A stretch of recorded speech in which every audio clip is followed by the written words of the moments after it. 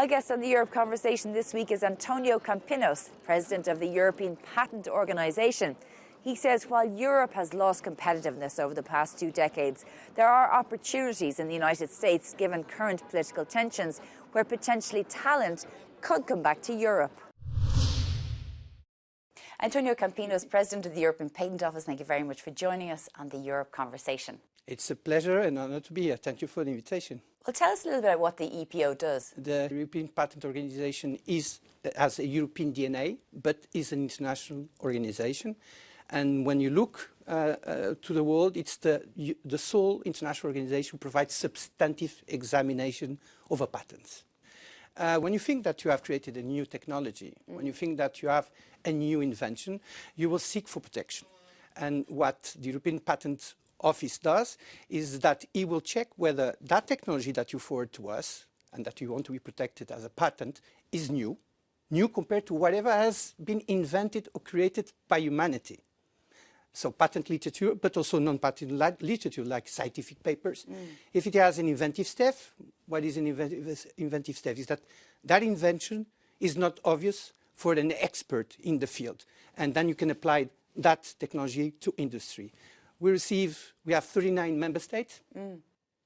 So we almost have all European countries. We go beyond the EU, obviously. We have member states like Turkey or Norway. We receive 200,000 applications per year. You would say 200,000, wow. 200,000, wow, yes. But if you compare to the US, that receives 600,000 applications. Or China, 1.5 million applications. You will see that 200,000. It's a good number, but still, there's a lot of technologies out there, potential technologies, potential inventions that are not converted into patents, which is the first step towards the commercialization.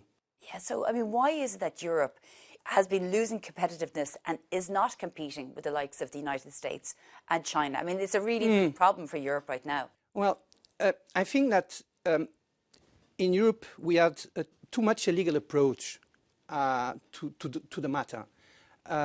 Patents is very much taught in universities on a legal perspective. In the US, it's rather the contrary. It's very much linked to the technology.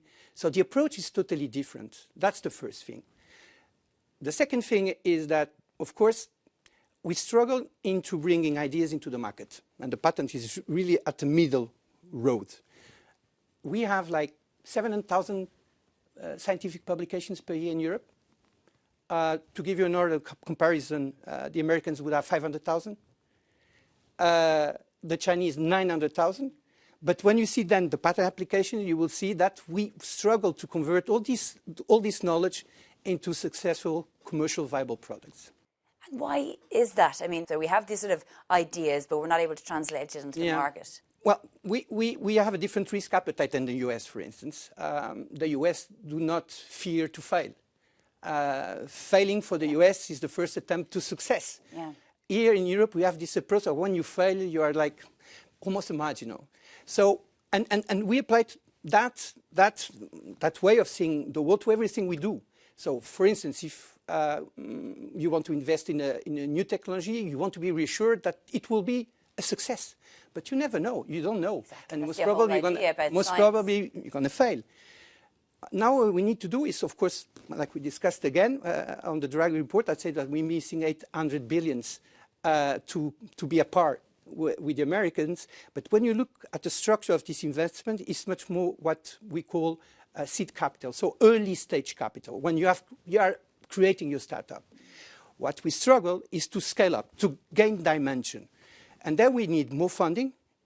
We need more risk appetite, because if you want to be sure that you're going to have a successful scaling up, I mean, maybe 1 in 100 startups are created will be successful, will be one day a 1 billion startup, what we call a unicorn.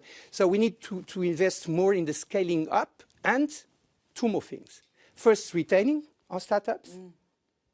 It is estimated, I think, that 30%, it's on the Draggy report, 30% of our unicorns, so 1 billion euros startup, so to say, move their headquarters abroad, mostly to the US. So we need to retain them. You know, the Americans have a logo. They say, invented here, produced here. Yeah. So we need to start thinking the same way. What is invented in Europe needs to be produced in Europe. And now with the geopolitical tensions, we might even have a strategic opportunity to attract talent, attract researchers, attract talented, gifted people from the US to Europe. But where do you think the EU can maybe seek opportunities given the political atmosphere at the moment? As I said, I think that we need to rely more and more and more on ourselves. There's a limit to what we can rely on ourselves. For instance, we don't have raw materials.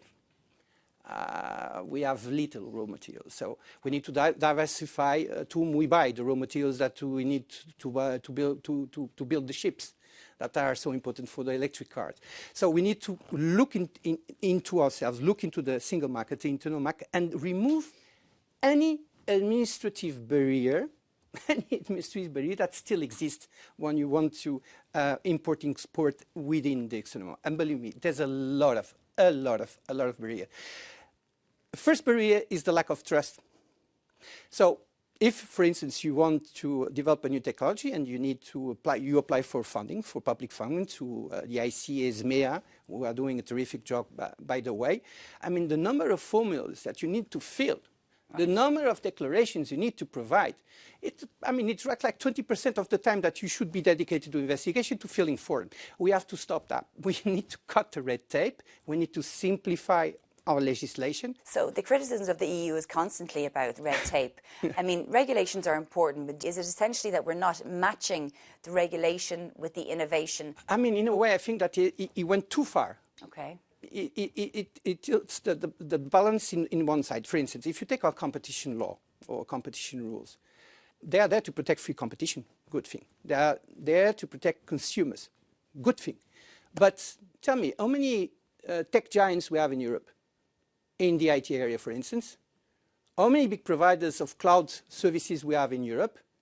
So maybe the competition law should be when we compete within Europe. But we need to create the right incentives to create technological giants. If you look at the 50 most important companies in the world, Europeans, we have 4.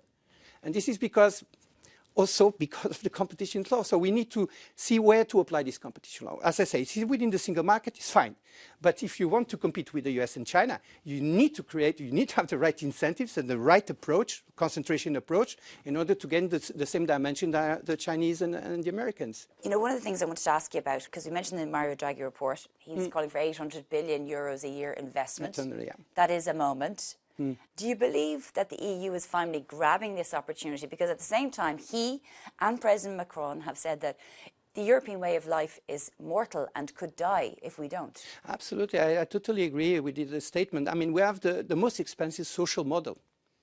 I mean, how many days of holidays you have? Oh, I have. Like 30. Yeah. I mean, in 15 years from now, I will have a pension. I have a social security coverage that is amazing. When you look at what the Americans have, they don't have even half of what we have. But we need to finance that. And to finance that, there's no other way to be more competitive. To gain competitive, you need to be innovative. To be innovative, you need technologies. And that will bring the increases in productivity that we need to finance these 800 billions, or maybe finance the Europe of space, of Europe of defense. We need to be more productive. But are we there? That's what I'm asking. No, we're not there. Yeah. We lost productivity. That's why we lost productivity when we compare ourselves to the Americans and to the US. We lost productivity in the past 20 years. Yes. And why did we do that? And how can we get this back? We need to focus on gaining efficiency gains in our traditional industry. And we need to promote more and more disruptive technologies that will bring these increases in productivity, such as AI. Who doesn't use an AI model? I won't make no advertising. I'll make no advertising for specific AI models. But the AI models are bringing a revolution in our lives, bringing tremendous increase in productivity. But they need to spread. They need to touch all industries. I want to bring you back to the political situation that we're in now with the United States. What do you think the implications of this trade war will be for Europe, of course, in terms of the economies, but also the dissolution in some way of the sort of Western alliance, transatlantic alliance? Well, I mean, tariffs are not good for trade. and not good for the European trade, but they're not good for the American trade. In the meantime, we need to rely on ourselves. We need to diversify our supply chains, and we need to look more, maybe look more, expand our free trade agreements with natural partners. I would say Canada, for instance, Mexico, so north of US, south of US, and obviously China. And what do you think the opportunities lie? Do you believe that maybe the innovation can come this way amid an insecure United States? I mean, there's no alternative. I mean, you said that, I don't know how you say this in English, but the necessity brings ingenuity. And we're in deep need. We are in deep need. We're in deep need. So humankind is never as creative as when he is in need. And we are in need. The sense of urgency is there. So I think that, I mean, this is more than a wake-up call. This is a different world in which we have entered. And we are strong in Europe. We are still a big economic powerhouse.